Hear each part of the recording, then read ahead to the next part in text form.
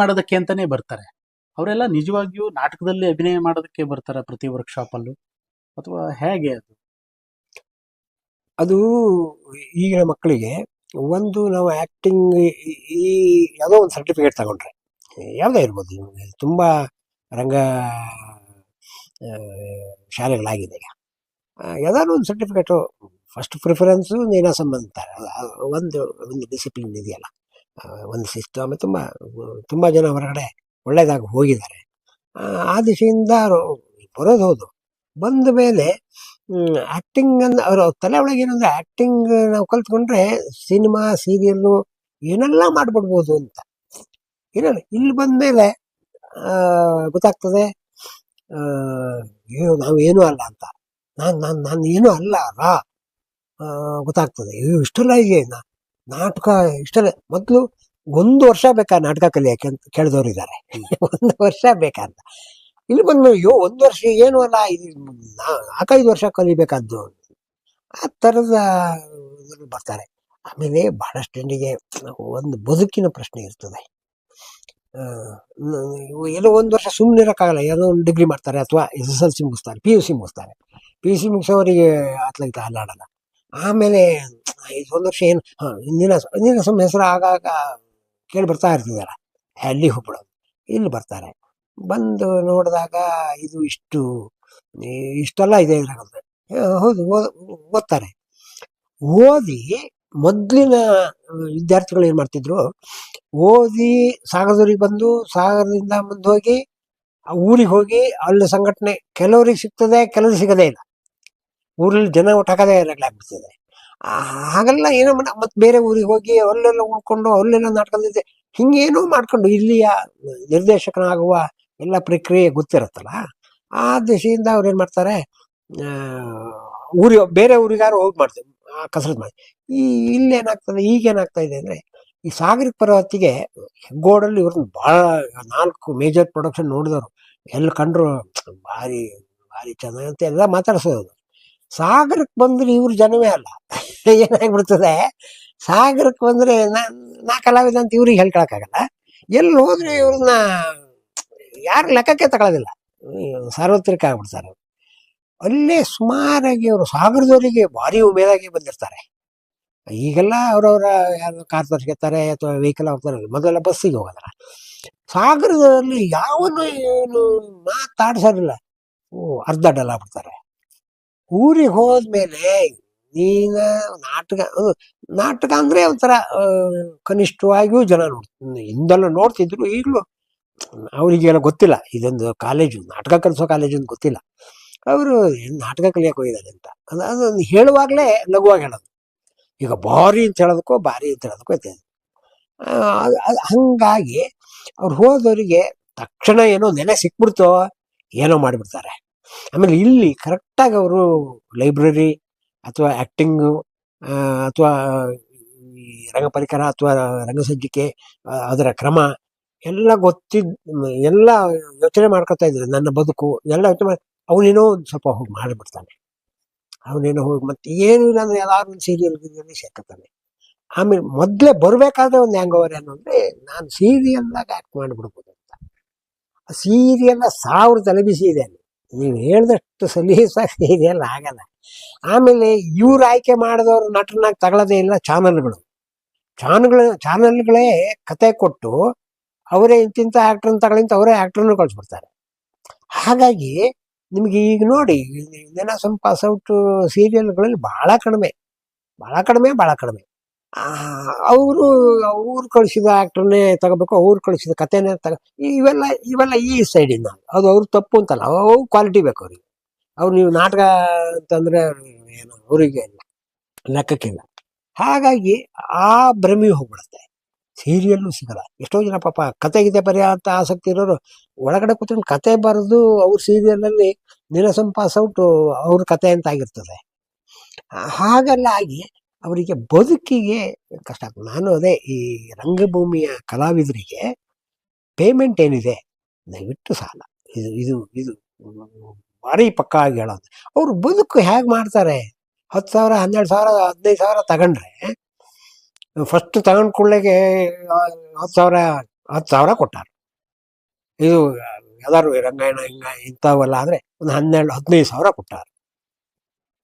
ಅದಕ್ಕಿಂತ ಹೇಗೆ 15,000 ನೀವು ಈ ಹೊರಗಡೆ ಶಿವಮೊಗ್ಗ ದಾಟಿದ್ರೆ ಅಥವಾ ಈ ಶಿರ್ಸಿ ಹುಬ್ಬಳ್ಳಿ ಹೋದ್ರೆ ಏನು ಬರ್ತೀವಿ, ದಿನಕ್ಕೆ 300 ರೂಪಾಯಿ ಬೇಕು, ಆಗೋದಿಲ್ಲ. ಅದು ಹಾಗಾಗಿ ಇಲ್ಲಿ ಬಂದವರಿಗೆ ಇರುವ ಮೊದಲಿನ ಸ್ಪಿರಿಟ್ ಸಾಗರ ದಾಟಿದ ಕೂಡ ಹೋಗುದು ಪಂಚರಾತ್ರಿ.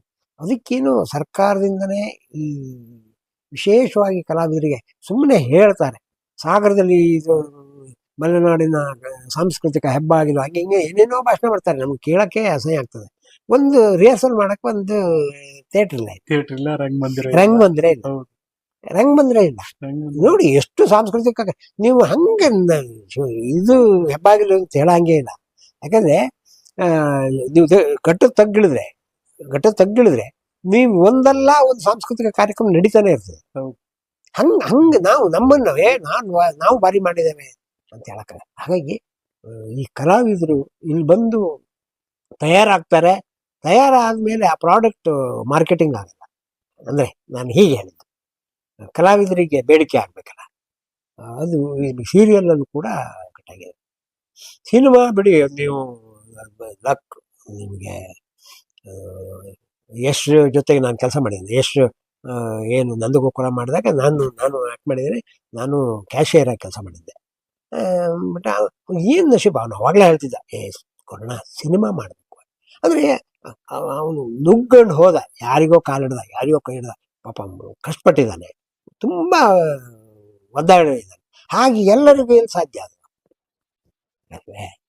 ಹಾಗಾಗಿ ಈಗಿನ ಕಲಾವಿದರಿಗೆ ಬರುವ ಅವರು ಕೂಡ ನಾಟಕದಲ್ಲೆಲ್ಲ ಬೆನಕ. ಹೌದು, ಅವನು ಏಕದಮ್ ಇದಕ್ಕೆ ಬಂದವನಲ್ಲ. ನಾಗಭರಣ ಇವರ ತಂಡದಲ್ಲೆಲ್ಲ ಕೆಲಸ ಮಾಡಿದೆವು. ಕೆಲಸ ಮಾಡಿ ಅವ್ರದ್ದೇ ಒಂದು ಹುಡುಗರ ಟೀಮ್ ಇದೆ.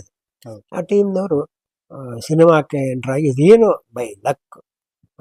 ಈಗ ನಾಟಕ ಅಪ್ಡೇಟ್ ಆಗೋದ್ರ ಬಗ್ಗೆ ಕೇಳ್ದಂಗೆ ಸಿನಿಮಾ ಅಪ್ಡೇಟ್ ಆಗಿದೆ. ಹೆಂಗೆ ಅಂದರೆ ಸಾಧಾರಣ ಕಥೆಗಳು ಈಗ ಜನರಿಗೆ ಬೇಕಾಗಿಲ್ಲ, ಅದು ಎಲ್ಲರ ಮನೆ ಕತೆ. ಭಯಂಕರ ಮೇಕಿಂಗ್ ಇರಬೇಕು, ಹೋಗ್ಬೇಕು, ಹೊಡಿಬೇಕು, ಬಿದ್ದು ಬಿಡಬೇಕು.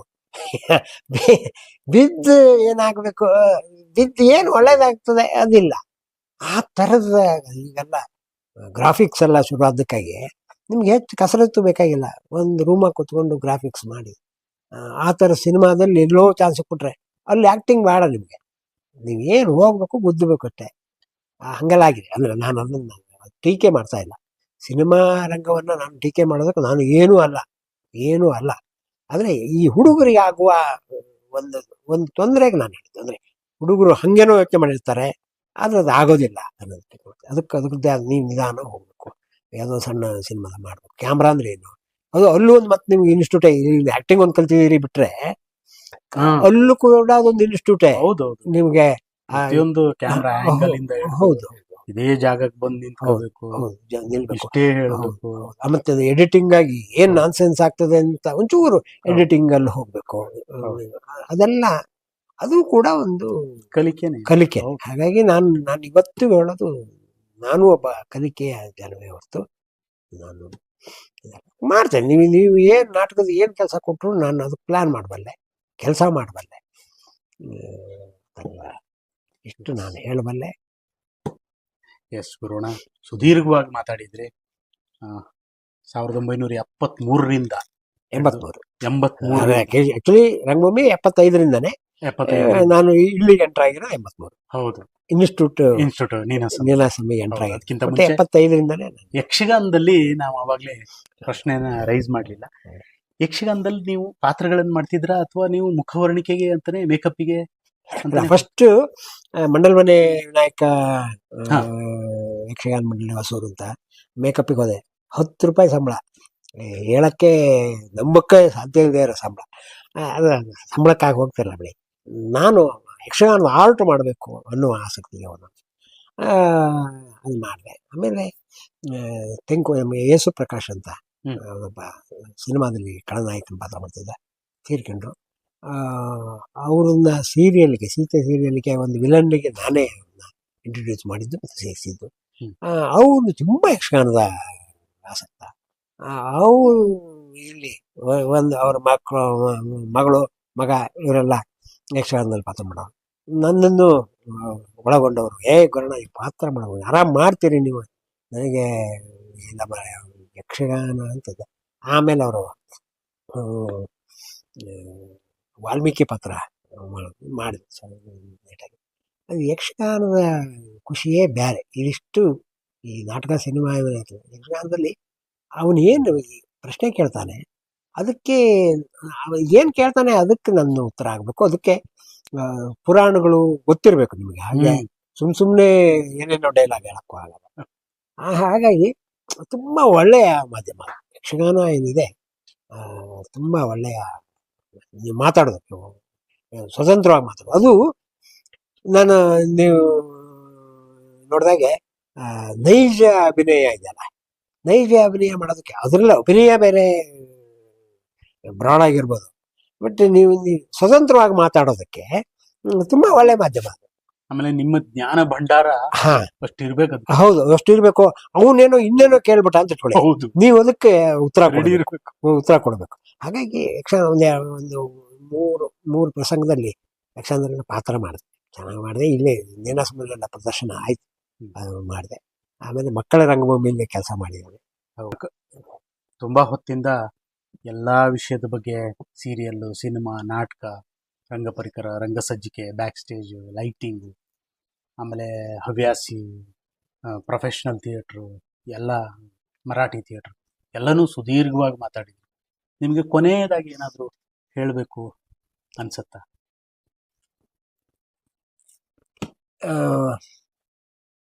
ಅಥವಾ ನನ್ನ ನಾಟಕ ಅಥವಾ ಕರ್ನಾಟಕದ ರಂಗಭೂಮಿ ಈ ಥರ ಇದ್ದರೆ ಚೆನ್ನಾಗಿರುತ್ತೆ, ಅಥವಾ ಈಗಿರೋದು ಚೆನ್ನಾಗಿದೆ, ಅಥವಾ ನಾನು ಹಿಂದೆ ಇದ್ದಿದ್ದು ಕಾಲದಲ್ಲಿ ಇರುವಂತಹ ನಟರು, ನಿರ್ದೇಶಕರು, ಅಥವಾ ನಾನು ಮಾಡ್ತಾ ಇದ್ದಂಥ ರಂಗ ಪರಿಕರ, ರಂಗ ಸಜ್ಜಿಕೆ ಎಲ್ಲವೂ ಚೆನ್ನಾಗಿತ್ತು, ಈಗೇನೋ ಹೋಗ್ತಾ ಹೋಗ್ತಾ ತುಂಬ ಇದಾಗ್ಬಿಟ್ಟಿದೆ ಅನ್ನೋ ಥರದ್ದು ಏನಾದರೂ ಹೇಳೋಕ್ಕೆ? ಹಾಗೇನಿಲ್ಲ. ಅದು ರಂಗಭೂಮಿಯ ಕೆಲಸಗಳಾಗಲಿ ಇವೆಲ್ಲ ಹೇಗೆ ಅಂದರೆ, ಈ ಒಂದು ಸಿನಿಮಾ ಕೂಡ ತುಂಬ ಅಪ್ಡೇಟ್ ಆಗ್ತಾ ಹೋಗ್ತದೆ, 10 ವರ್ಷಕ್ಕೆ ಅಪ್ಡೇಟ್ ಆಗ್ತಾ ಹೋಗ್ತದೆ.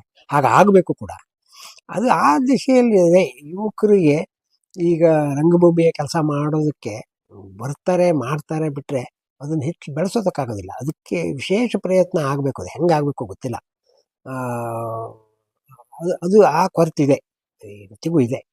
ಆಮೇಲೆ ಆ್ಯಕ್ಟ್ ಮಾಡೋದ್ರಲ್ಲಿ ತಾವು ತೊಡಗಿಸಿಕೊಳ್ಳುವ ಏನು ಕೃಷಿ ಇದೆ, ತಾವು ತೊಡಗಿಸಿಕೊಳ್ಳುವಲ್ಲಿ ಸಾಕು ಅಂತ ಏನೋ ನಿರ್ಲಿಪ್ತರಾಗ್ಬಿಡ್ತಾರೆ ಅನ್ನೋದು. ಅದು ಇಲ್ಲಿ ಇನ್ಸ್ಟಿಟ್ಯೂಟ್ಗಳಲ್ಲಿ ಏನು ಮಾಡ್ತಾರೆ, ಬೆನ್ನತ್ತಿದ ಆ ತಿಂಗಳಲ್ಲಿ ಆ ನಾಟಕನ ಅದು ಹಂಗೆ ಮಾಡಬೇಕು ಅಂತ ಮಾಡಿಸ್ಬಿಡ್ತಾರೆ.